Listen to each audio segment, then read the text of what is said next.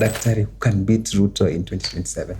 The person who can be elected first by the external deep state, then by the internal deep state, then by the boardroom, that person will beat Ruto.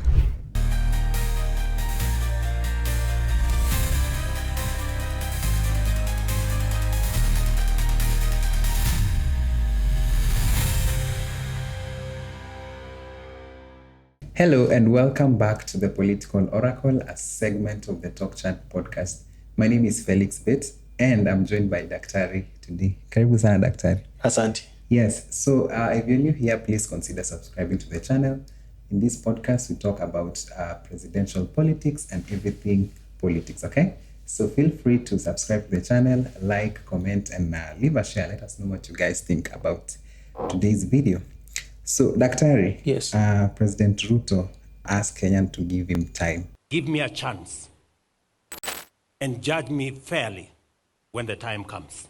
He was talking during the bell ringing ceremony, which was held in Nairobi. And just a question, how do you think this request is interpreted by citizens? Yeah, thank you. And of course, it's not the first time The president is asking us to be patient with him. He made the same plea in another meeting, and he was insisting that come 2027, he will be able to show Kenyans what he will have done. Yes. And I remember I said that maybe if he has a plan that he knows that by the time we will demand accountability from him, we will have something tangible, then be it, let him prepare. Because we cannot judge him now, and he is telling us not to judge him. Time will come, because time is not a master of anyone. So we will see if he will have delivered. Of course, on one hand, Kenyans are impatient because of so far what they have experienced. Sometimes it does not require a prophet for you to know that the train is going to the wrong direction. And someone says that if you are going on the wrong direction, it doesn't matter how fast you are going, you will never reach the right destination. Yes, that's true. So Kenyans have expressed concerns that the government is not doing well. Of course, some of the indicators that we use are, for example, the cost of living. And we are also looking at, these are 2 years, close to a half of his term. And we are seeing also some projects which Kenyans are not very much comfortable with. Some projects so far, they are supposed to be working. Because remember when he was doing his promises, he was talking of 100 days, I will have done this and that. It is 2 years down the line. And in most cases, Kenyans are not seeing the results. How drastic is that situation going to change by the time 2027 comes? So even as he tells us to be patient with him, we want to see results so far, because at the end of it, it is the process that will determine the end. The means so far are not good. Most Kenyans are not satisfied. Our lives have not changed. The status of living is still very hard for many Kenyans. I think a week ago, fuel prices went up. By actually 8 shillings. By 8 shillings. They had reduced it around 3 times by 3 shillings or something like that. So when they are reducing, they reduce by 2 bob, 1 bob, some cents. In fact, let me tell you how this business works. Sometimes they can decide to add 5 shillings. And they know if they add 5 shillings, they are going to have Kenyans make noise. So what they are going to do, they add 8 shillings. Then after some time, they reduce 3 shillings. And then they tell you, we have already reduced the prices. It is actually the game of mind sometimes. So very soon, you are going to see the oil or petrol and diesel and kerosene drop by around 2 shillings. And we will be celebrating. So another question, of course, do you believe Kenya's frustration is about individual like Ruto, or do you believe it's like systems and structure that are there? Okay, the frustrations of Kenyans, of course, is systemic sometimes. Yeah. So it's not about the individual. It is not about the individual, but the accountability is about the individual. Yeah, sure. But I have a very big quarrel also with Kenyans, because Kenyans in 2010 voted in a constitution. Yeah. This constitution was trying to devolve resources and power from the national government to 47 other governments. We call them county governments. Yes. Each of those governments have budgetary allocations from the treasury. But no one thinks of the accountability of the county governments. Yeah. They are all looking at the president. Even when we have some things down there in the counties, which are maybe services are supposed to be delivered by the county governments, Kenyans are focusing on the president. I have a quarrel with that, because when we talk about whether the problem is an individual or is issue of the system, to me, I would say largely it's the system. We created a constitution whereby we removed a lot of powers from the president. But now we did not decolonize our minds from the previous constitution, where the president was everything. At what particular moment did we decide that president is everything and we forget about the governors? What happens when we have that kind of thinking? At the end of it, we are going to realize a lot of money is going to be embezzled down here, and no one is going to hold those people into account. And if you remember, last few days, the governors refused, I think, to be audited or something like that. They don't want to be held accountable, but they will be down here telling us the president. So if cows do not go to the river, it's the president. If something is happening in a feeder road, it's the president. I think we need also to go back to the counties and ask them, the money that is given to counties every other time, they have budgetary allocations from the treasury. Where is that money? So the problem is not necessarily the person, because even if we have another president tomorrow, we will still continue complaining unless there is a change of consciousness, both from the leadership and also from the people. He is the president, so he will be blamed for the failure of his government, especially to deliver what he promised to deliver. So it is upon him now to know how he is going to push the other 47 governments, of which he is the hand. Each other government has a governor. He should hold them accountable to make sure his government is performing. Yes. Okay. And maybe in your own view, how does the president's plea shape the public perception? I can say when he says, give me time, of course, it's from a point of political humility. That, hey, let us reason together. I need more time so that I show what has been cooking. But the question is, at the end of that time, there are only two possibilities. He could be buying time to finish his first term, or he could be truly genuine that there are projects which are at a certain stage that he knows, if I am given more time, now I can show tangible results. But of course, you know, President Ruto is not a political novice. He knows what he is doing. He knows political communication. He has played this game for a long time, I can tell you.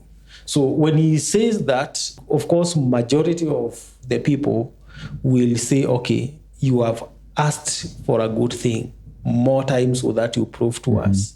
So let us give him some benefit of doubt. But so far, whether we like it or not, he needs to move faster and show Kenyans what he has been doing together with his government. All right. Also, another thing, maybe I can ask, what are those things that Ruto should show us and be like, okay, I've done this? Okay. I think we said last week in one of our videos that President Ruto, one of the things that he did wrong was to overpromise. And of course, many politicians overpromise Kenyans in a bid to outshine their competitors. Yes. And they think Kenyans forget. This is not like in 1990s when the president would come and say this and only KBC or one state broadcaster will catch him saying that, so that in future they cannot give that footage. Now, the president cannot run from anything apart from what he says from his bedroom. Even that which he says from his bedroom, he should be very careful because the first lady could be recording. So immediately he gave all the promises he gave. Kenyans have them.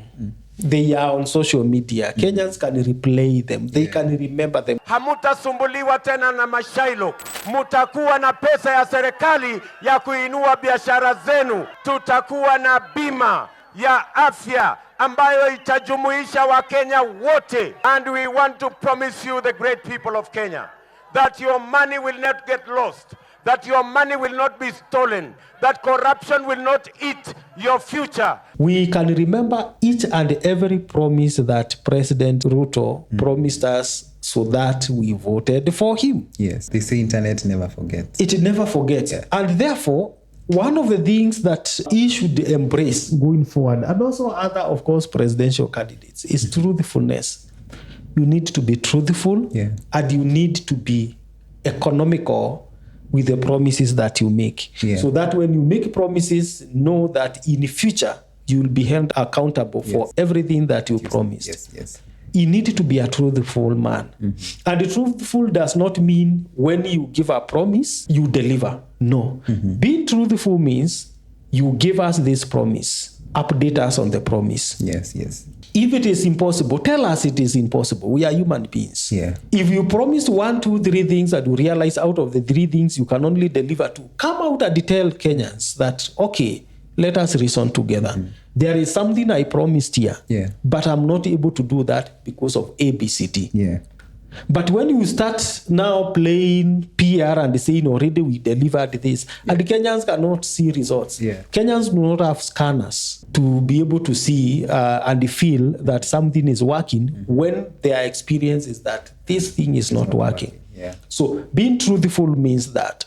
And of course, he needs also to listen to the wananchi because wananchi are at the lowest level when it comes to feeling hardship and the cost of living. So when Mama Boga says, I am sleeping hungry, believe them. So when you target to empower people, empower their businesses, empower entrepreneurship, empower them in terms of capacity, like in education. Like now we are having a lot of problems in public universities. So when he was coming, he was promising to do something about them.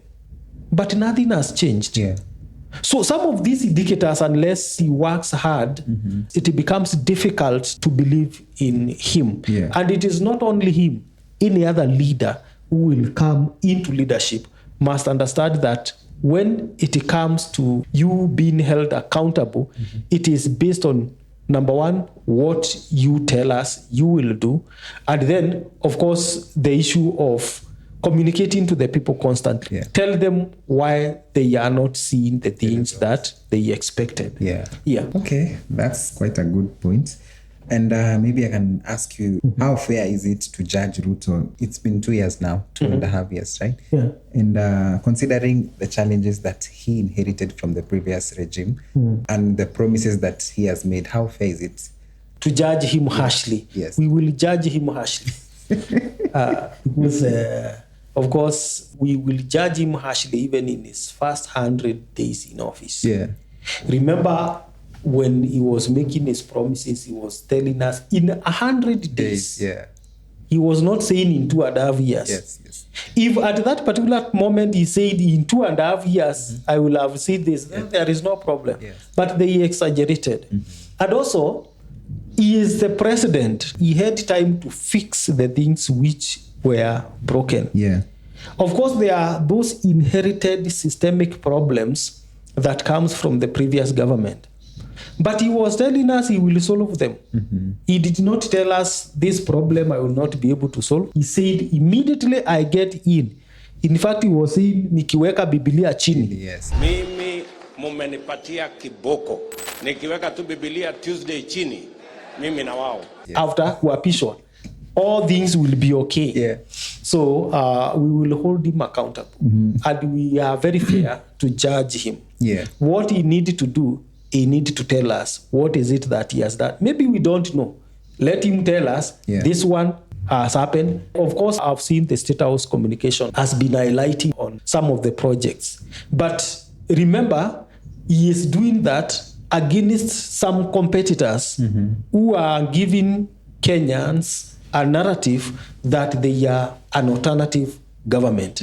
As long as your competitor is speaking louder than you, what do you expect? They must tell us what they have done. If they don't tell us what they have done, someone else is telling us what they have not done. And we listen to the loudest voice. Yeah. So if Ruto is not the leader that Kenya is looking for, what are some of the things that the next leader should have so that Kenya will be satisfied? I still hold to this theory that there will be no better leader unless we create that better leader first in our minds. And we need to decolonize our minds from so much expectations, especially from politicians. A leader is made in the mind of the people. Yes. And a leader is made by the people. We need to change our minds so that when we are demanding a leader, we know what kind of a leader we want. But as I said earlier, as long as we want lies more than truth, and we reward lies and punish truth, we will never have a good leader. So it begins with us. Because any leader will come and realize, if I don't tell these people lies, they will never elect me. They will punish me. So a better leader in the future depends on the two sides. The people who are to be led and the leaders, so that they synchronize their minds and have a different mindset that allows good leadership to crop out of them. Otherwise, many people who do not want to tell lies and they are good leaders, they cannot come out. They will just stay and say, no, I'm not going to lie. And therefore, politics is going to be left to the murky streets. People who are corrupt, people who have no problem in lying, in hurting others, and that kind of a thing. So at the end of it, a good leader is possible. But a good leader must, first of all, come from the mindset of the voters. Okay, lastly, a daktari who can beat Ruto in 2027. You know, the other day, Matiang'i was, I think, endorsed by a certain preacher in Kisii.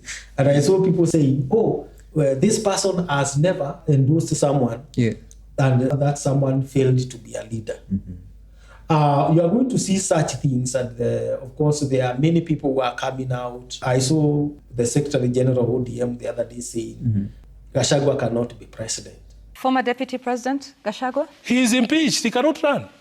I don't understand why people talk about him as a viable candidate. The Constitution says once you are impeached, you cannot run. I wanted to tell Sifuna, he is a lawyer, that Gachagua can still be president, but that will be determined in the near future by the court. So it is something which is pending the ruling of the court. So he still has a possibility of being the president. So the lowest he can go, of course, is to be a kingmaker. Of course, we have Kalonzo Musyoka. We don't know where he is. He is actually all over. But also we have Raila Odinga, whom Sifuna said ODM is likely to front a candidate in 2027. If ODM is going to front a candidate in 2027, that is 100% Raila Odinga. They do not have any other alternative. Because he is a party leader. But above all these things, I want to repeat what I said, because this must be very clear, that we have 4 tiers of voters. We have the person who goes to cast the ballot, and the person who is in that ballot is determined on the boardroom. The people who go to the boardroom, we are not with them. In fact, to emphasize this again, voters who go to queue, they queue and vote for leaders who are given to them. They have no choice. So whoever will be president is the person who will be determined by the boardrooms. Yes.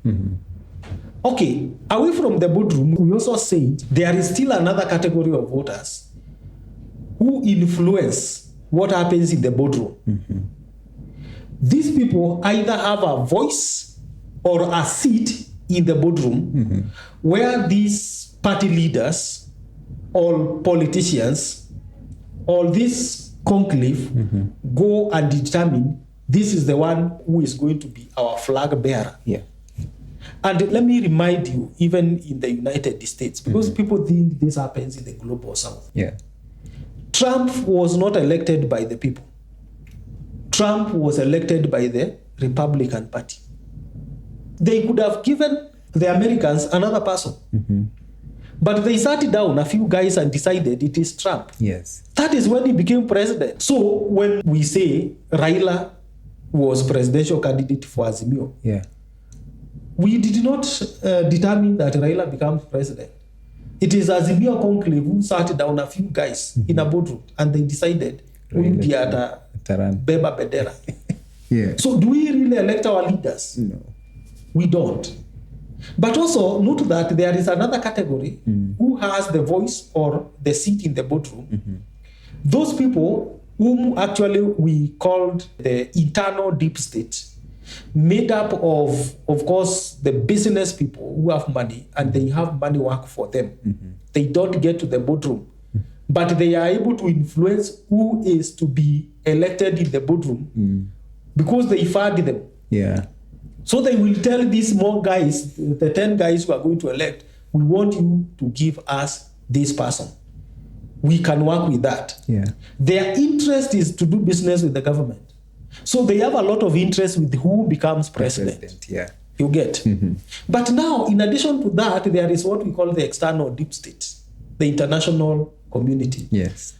Remember we said the internal deep state do not vote. You will never see a billionaire queuing at 5 to come and vote for it. No, they vote them using their money. They actually fund their elections. So instead of him going at the queue, he will just give the presidential candidate 500 million. Go and do your campaign. That is more than voting. Yeah. But they influence who becomes president in the boardroom because they have the person they want, whom they can work with, whom they can do business with, elected and picked as a flag bearer. But now they also do big business with the powerful countries. Yes. So what do? For them to do business with the government and also to act as connection between the international deep state and the local government, they must also be forced to ensure that the person who is elected by them has good terms with the external deep state. Yeah. And that is why the external deep state come only to observe elections. We call them observers. What interest do they have? And remember, their word is final. When they say the election was shambolic, it was shambolic. When they say the election was free and fair, it is free and fair. Yeah. And before now, we ask who can beat Ruto. The person who can be elected first by the external deep state, then by the internal deep state, then by the boardroom, that person will beat Ruto. Wow. Okay. And before we run up and down saying, oh, we don't want this, we need to ask whether the person we want to be president will pass through those stages. Because a president is given. Of course, there is a loophole in the constitution that a person can be an independent candidate. Yeah. It is very rare. And I don't know whether in our generation we are going to see a president who is elected by the fact that he was an independent candidate. Yeah. It will take time. Yeah. Yeah. Maybe it happens only for governors. Or maybe the other. Yeah, for governors is okay. These are small people. Okay. The president, actually the difference between the president and the second in command in a country is as heaven is far from the earth. So the president is a very senior person. Yeah. And that is why the presidency is the interest of the international community. Yeah. The interest for the governor is within a county. And of course, the other interest with the governor, the president, because you need to work with the governor. But beyond that, no. Okay. Yeah. Thank you so much, Daktari. Guys, now you've heard that, and we've come to the end of the show. Please subscribe to the channel, like this video, and leave a comment. Let us know what you guys think about today's talk. Until next time, see you on the next video. Bye-bye. Bye.